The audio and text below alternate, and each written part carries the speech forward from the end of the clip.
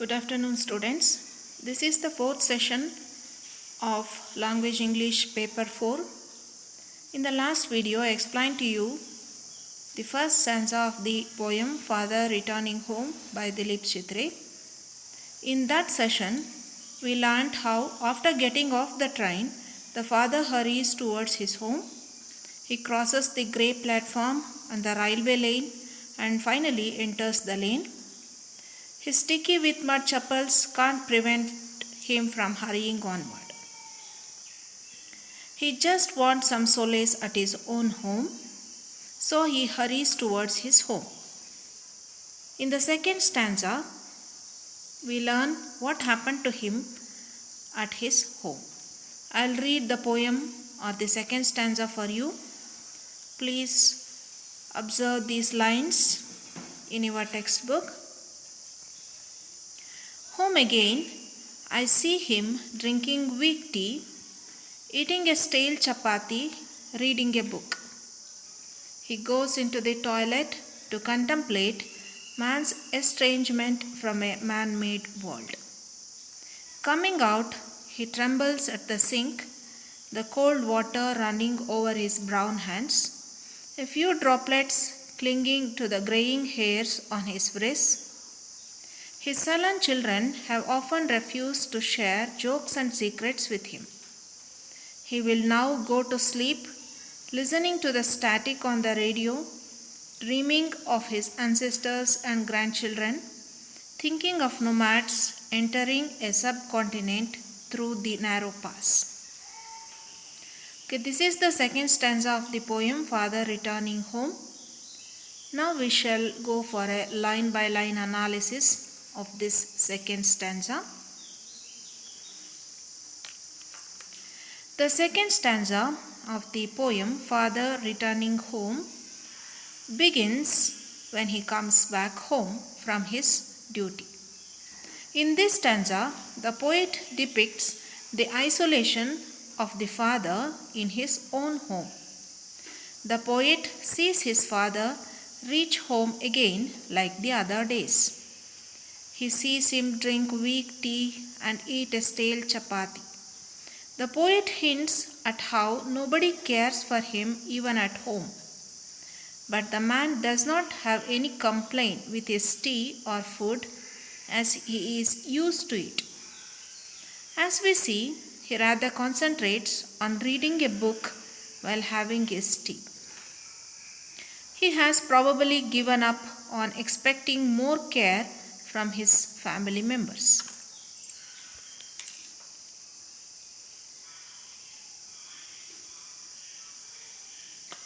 The second stanza depicts the isolation of the father in his home.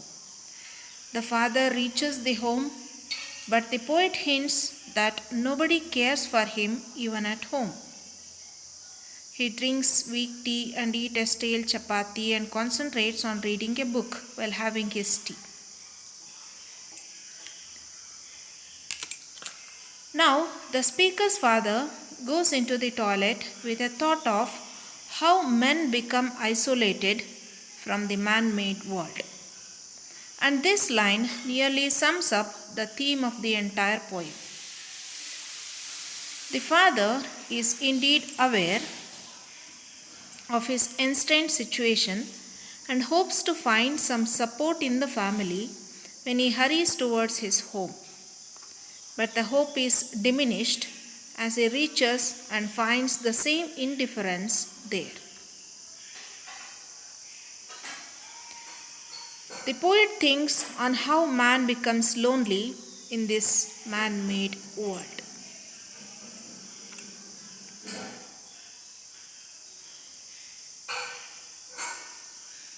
The toilet might act as a symbol of how small his world has been. The toilet seems to be the only place the man has to go to contemplate over his loneliness. The father comes out from the toilet and goes to wash his hands at the wash basin.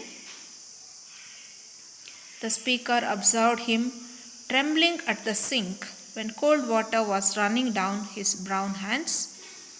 His trembling might be due to his old age, the coldness of the water, and also the fearful thought of his isolation from the rest of the world.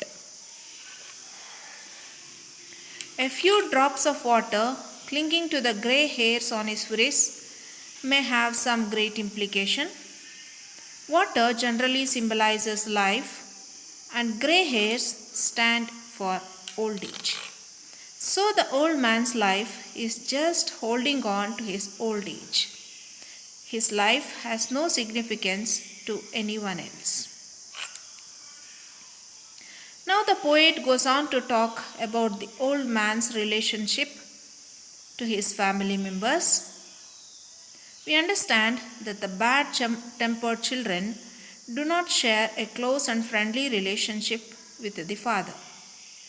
They are bad-tempered and they refuse to share jokes and secrets. That said, they don't share a close and friendly association with their father. Rather, they regard him as an outdated, unwanted burden, though he seems to be the only earning member of the family. The father going to sleep, listening to the radio, thinking of many things like his ancestors, his grandchildren, and of the Aryans, the people entering the subcontinent through the Khyber Pass in the ancient time. Okay, this is the line-by-line explanation of the second stanza. Now let us go for an analysis. The old father is denied a decent living. He survives on weak tea and stale food, but concentrates on reading the book while having tea. He has given up any expectations from the family members. The toilet might act as a symbol of how small his world has been. The toilet seems to be the only place the man has to go to contemplate over his loneliness. The old man trembles when touched with water, cold water, either because of old age or fear of isolation from the rest of the world.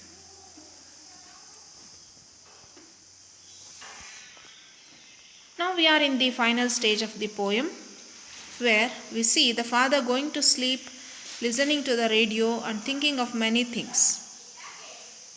The sound of the radio is even noisy, giving another reference to the old man's miserable life.